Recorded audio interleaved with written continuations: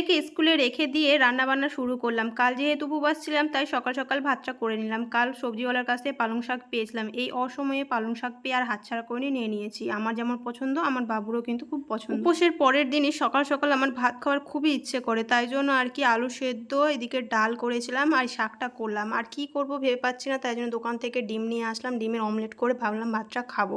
এদিকে দেখছি দিদিটা আমাকে দিয়ে গেল মাংস।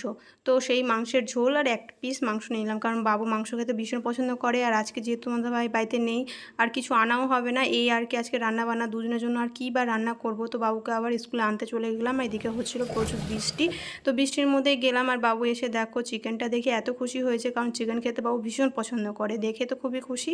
আর ওই যে দোকান থেকে এনেছিলাম চকলেট, কারণ এখানে না সেই রকমভাবে ও চকলেট কুরকুরে কোনোটাই খেতে পায় না, যা খায় বাড়িরই খাওয়ার। আর দাদু বাড়ি গেলে সে দোকান থেকে চকলেট কুরকুরে সব সময় খেতে থাকে, তাই আর কি চকলেটটা পেয়ে তো ভীষণই খুশি।